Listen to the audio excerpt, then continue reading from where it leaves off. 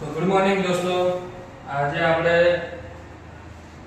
ધોરણ 10 નો ગણિત વિષયમાં પ્રકરણ નંબર 1 વાસ્તવિક સંખ્યાઓ એમાં 1.1 વિષયની ચર્ચા આપણે આગળ કરી ચૂક્યા છીએ.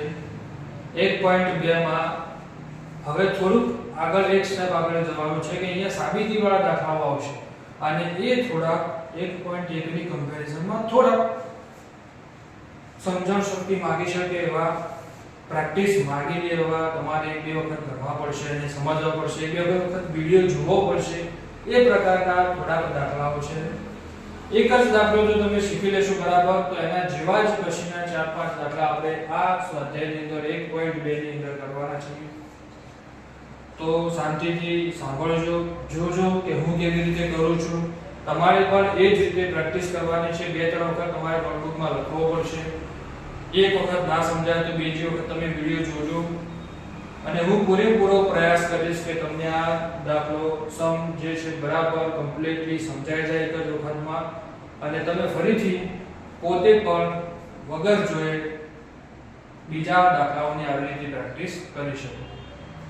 તો શરૂ કરીએ કે શું છે આ સમની અંદર કે વર્ગમૂળમાં 3 એ અસમય સંખ્યા છે એવું આપણે સાબિત કરવાનું છે. વર્ગમૂળમાં 3 એ એક અસમય સંખ્યા છે. આપણે આગળ જોઈ જઈએ કે સમય સંખ્યાઓ, પ્રાકૃતિક સંખ્યાઓ, પૂર્ણ સંખ્યાઓ, પૂર્ણાંક સંખ્યાઓ, અવિભાજ્ય સંખ્યાઓ, વિભાજ્ય સંખ્યાઓ, એના પછી આપણે આવે છે વર્ગમૂળમાં 3 એક અસમય સંખ્યા છે એવું સાબિત કરવાનું છે. બરાબર? તો શરૂ કરીએ કે વર્ગમૂળમાં 3 એક અસમય સંખ્યા છે એવું સાબિત કરવા માટે આપણે પહેલા ધારવું પડશે કે વર્ગમૂળમાં 3 એ સમય સંખ્યા છે. કેવી સંખ્યા છે? સમય સંખ્યા છે. હવે આપણને ખ્યાલ છે કે સમય સંખ્યા હોય તો એ કયા પ્રકારની સંખ્યા હોય? એ p ભાગ્યા q પ્રકારની સંખ્યા હોય અથવા a ભાગ્યા b પ્રકારની સંખ્યા હોય. આપણી ટેક્સ્ટ બુકમાં એટલે કે ધોરણ 10 ની પાઠ્યપુસ્તકમાં a અને b નો ઉપયોગ કરે છે તો આપણે એ રીતે જ a અને b નો ઉપયોગ કરીશું કે વર્ગમૂળમાં 3 એ સમય સંખ્યા હોય તો એ કયા પ્રકારની સંખ્યા હોય? a ભાગ્યા b પ્રકારની સંખ્યા હોય. એટલે કે ત્યારે એક અંશ હોય અને એક છેદ હોય. આ પ્રકારની સંખ્યા હોય. હવે આપણને ખ્યાલ છે કે જો a અને b પ્રકારની જો સંખ્યા હોય સમય સંખ્યા તો એમાં શું હોય? તો a અને b છે એક અવિભાજ્ય પૂર્ણાંક સંખ્યા હોય. a અને b એક અવિભાજ્ય પૂર્ણાંક સંખ્યા હોય. કેવી સંખ્યા હોય? અવિભાજ્ય પૂર્ણાંક સંખ્યા છે.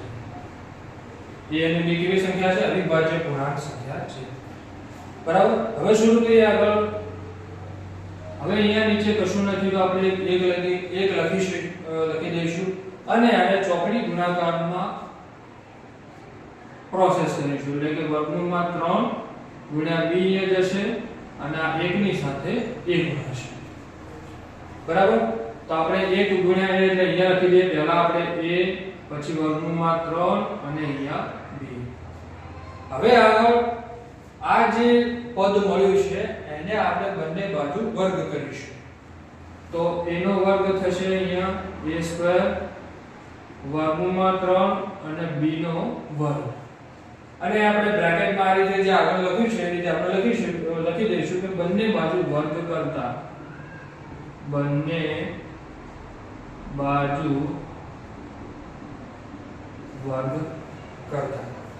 બરાબર છે. વર્ગ કરીશું તો મિત્રો ધ્યાન આપજો. અહીંયા a² બરાબર વર્ગમૂળમાં 3 હોય તો એનો વર્ગ શું થાય? તો તમને ખ્યાલ છે વર્ગમૂળમાં 3 હોય તો એનો વર્ગ શું થાય? 3 અને અહીંયા 20. હવે અહીંયાથી સમજવાની શરૂઆત થાય છે કે કેવી રીતે આ દાખલાને આપણે આગળ કરીશું. તો અહીંયા જે છે a² બરાબર 3b². એનો મતલબ એ થયો કે a² ના બે અવયવો છે, એક 3 છે અને એક b² છે. a² ના કેટલા અવયવો છે? એક 3 છે અને એક b² છે. હવે આ તમને સમજાવવાનું નહીં હોય કે કેવી રીતે આ બન્યું છે. તો એના માટે આપણે ઉદાહરણ લઈએ. ઉદાહરણ તરીકે 10 લઈએ આપણે તો એને 2 ગુણ્યા 5 માં આપણે લખી શકીએ. 2 × 10. તો 10 ના બે અવયવો થાય, એક 2 અને એક 5. તો એવી જ રીતે a² ના બે અવયવો છે, એક 3 છે અને એક b² છે. હવે અહીંયા સમજો 10 ના 2 અવયવ 2 અને 5 એનો મતલબ એ થયો કે 10 ને 2 અને 5 બંને વડે ભાગી શકાય, એટલે કે 10 એ 2 અને 5 વડે વિભાજ્ય છે. એનો મતલબ કે a² પણ 3 વડે વિભાજ્ય છે. a² એ કેટલા વડે વિભાજ્ય છે? 3 વડે વિભાજ્ય છે. તો અહીંયા લખીશું કે a² એ 3 વડે વિભાજ્ય છે. બરાબર? a² એ 3 વડે પણ વિભાજ્ય છે અને a² b² વડે પણ વિભાજ્ય છે. હવે એક બીજું લઈએ કે a² એ 3 વડે વિભાજ્ય છે. ધારો કે 49 કોઈ સંખ્યા હોય તો 49 નો અવયવ કયા પડશે? 7 ગુણ્યા 7, એટલે કે 49 એ 7 વડે પણ વિભાજ્ય છે. હવે બીજું કે 49 નો આપણે 7 અહીંયા લખી દઈએ, 49 નું વર્ગમૂળ 7 નીકાળીએ તો 7 એ શું થાય? 7 એકા 7, એટલે કે 7 એ 7 વડે પણ વિભાજ્ય છે.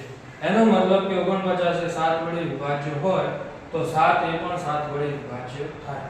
એનો મતલબ કે a² એ 3 વડે વિભાજ્ય હોય તો a એ પણ 3 વડે વિભાજ્ય છે. આ કયો પ્રમેય હતો? પ્રમેય 1.2. પ્રમેય 1.2 મુજબ. બરાબર?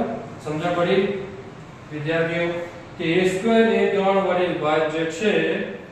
આ સમીકરણ મુજબ જેને આપણે સમીકરણ નંબર 1 કહી દઈએ, a² એ 3 વડે વિભાજ્ય હોય તો a પણ 3 વડે વિભાજ્ય હોય, એટલે કે એનું વર્ગમૂળ નીકાળીએ તો a પણ 3 વડે વિભાજ્ય થાય. એના માટે તમને આ ઉદાહરણ આપી દીધું કે 49 એ 7 ગુણ્યા 7 7 વડે વિભાજ્ય હોય તો 7 પણ 7 વડે વિભાજ્ય થાય. જે પ્રમેય 1.2 આપણે આગળ ચર્ચા કરી શકાય છે. એનો મતલબ કે અહીંયા આપણે જે તારણ નીકાળવાનું છે એ લખીશું કે a નો એક અવયવ 3 હોય, a નો એક અવયવ 3 છે. એનો એક અવયવ 3 હોય તો જ એ 3 વડે વિભાજ્ય થઈ શકે. અહીંયા મુજબ એનો એક 3 અવયવ હોય તો જ એ વિભાજ્ય કરી શકાય. હવે આગળ જોઈએ કે એનો એક અવયવ 3 છે. માટે અહીંયા આપણે લખીશું બીજું ધારો કે વિધાન લખીશું. ધારવાનું છે ફરીથી આપણે. ધારો કે a બરાબર 3 ગુણ્યા c, એટલે કે એનો અવયવ 3 તો મળી ગયો આપણને, પણ બીજો કોઈ પણ અવયવ છે જેને આપણે અત્યારે શું કહીએ છીએ? c કહીએ છીએ. બરાબર? શું કહીએ છીએ આપણે એને? c. a બરાબર 3 ગુણ્યા c. a નો એક અવયવ 3 છે અને બીજો કોઈ અવયવ છે c. અત્યારે આપણને ખ્યાલ નથી, પણ હવે આવું આપણે ધારીશું. હવે આને પણ બંને બાજુ વર્ગ કરીએ.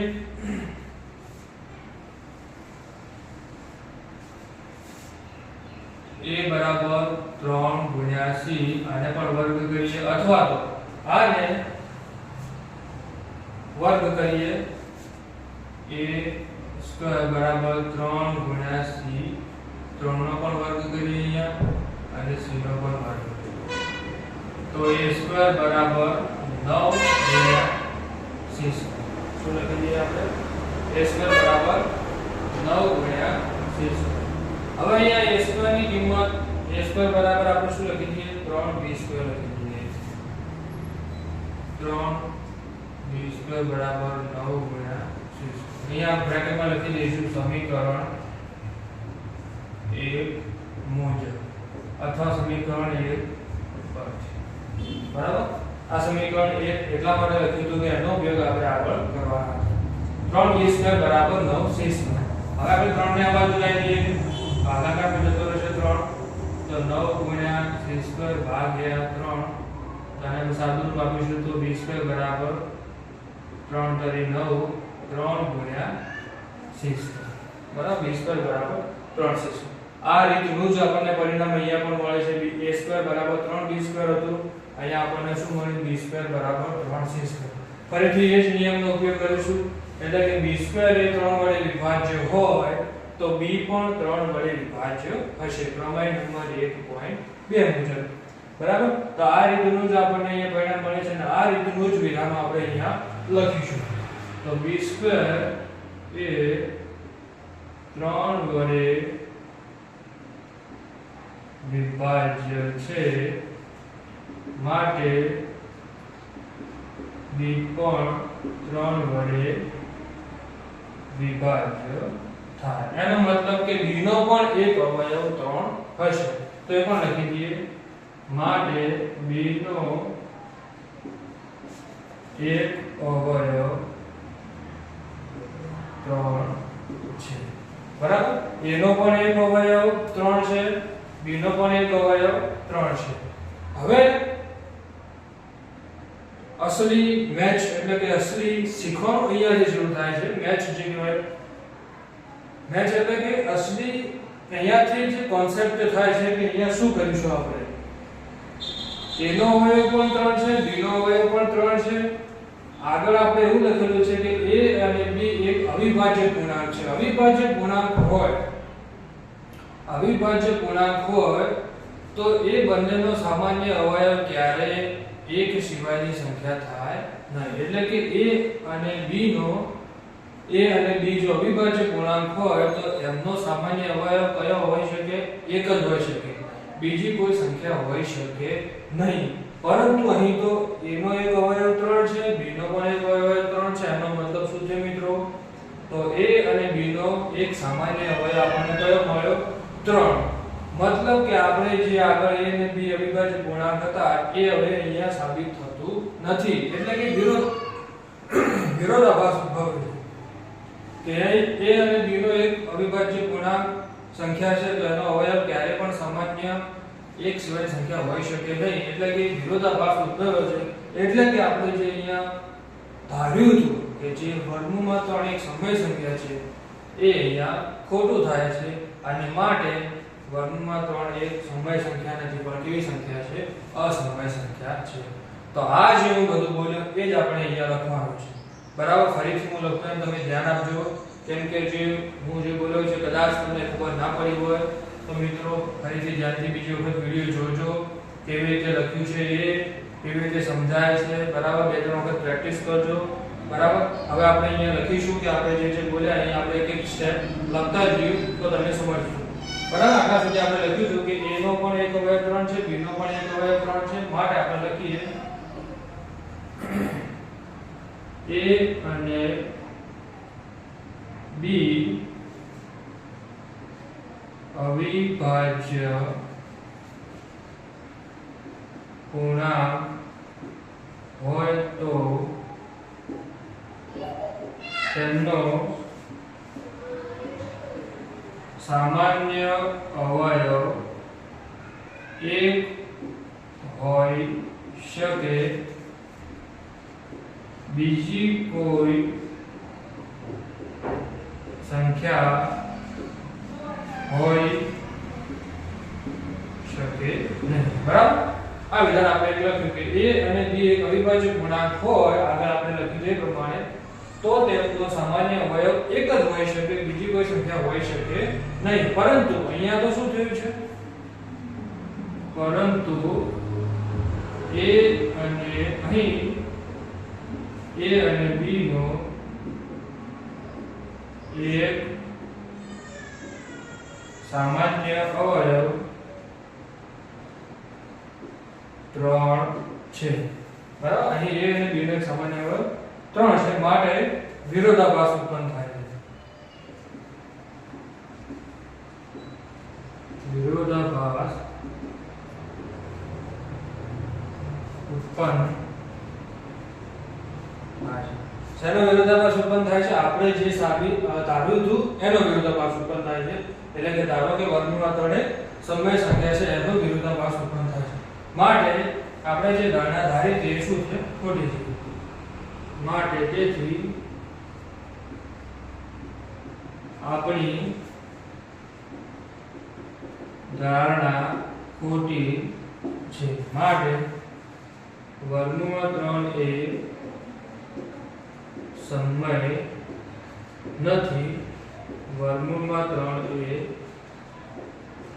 અસમય સંખ્યા છે. બરાબર? જોયું તો મિત્રો તમે આ રીતનું આખું વિધાન આપણે લખવું પડશે. બરાબર? થોડુંક પહેલી વખતમાં તમને એવું લાગશે કે થોડું ટફ છે, અહીંયાથી શરૂઆત કરીને અહીંયા સુધી જતા જતા આટલા સુધી તો ઠીક છે, પરંતુ અહીંયાથી જે છે એ અસલી તમારે ઓરિજિનલ લખવાનું થશે. એક બે વખત તમે જોશો, વિડિયો જોશો, શીખશો, લખશો ત્યારે એક્ચ્યુઅલી તમને ખ્યાલ આવી જશે. બરાબર, ફરીથી એક વખત આપણે ફટાફટ રિવિઝન કરી દઈએ કે આપણે શું ક્યાંથી શરૂઆત કરી હતી અને ક્યાં સુધી લખી છે. તો વર્ગમૂળમાં 3 એક અસમય સંખ્યા આપણે સાબિત કરવાનું હતું. તો આપણે ધાર્યું કે વર્ગમૂળમાં 3 એક અસમય સંખ્યા છે. અસમય સંખ્યા હોય તો આપણે a ભાગ્યા b પ્રકારે લખી અને a અને b એ અવિભાજ્ય ગુણાંક લખ્યા. પછી રૂટ આ ચોકડી ગુણાકાર કર્યા, પછી બંને બાજુ વર્ગ કરતા આપણને આ પરિણામ મળ્યું. પછી આપણે પ્રમેય 1.2 નો ઉપયોગ કર્યો. તો a સ્ક્વેર એ 3 વડે વિભાજ્ય છે, તો એ પણ 3 વડે વિભાજ્ય હોય અને એ 3 વડે વિભાજ્ય હોય તો એનો પણ એક અવયવ શું થાય? 3. ફરીથી આપણે એક ધાર્યું કે ધારો કે a બરાબર 3c, a નો એક અવયવ 3 હોય તો બીજો આપણે ધાર્યો કે કદાચ c હશે. ફરીથી a બરાબર 3c લખ્યું, a સ્ક્વેર બરાબર બંને બાજુ વર્ગ કર્યા. બરાબર, અહીંયા બંને બાજુ વર્ગ કરતા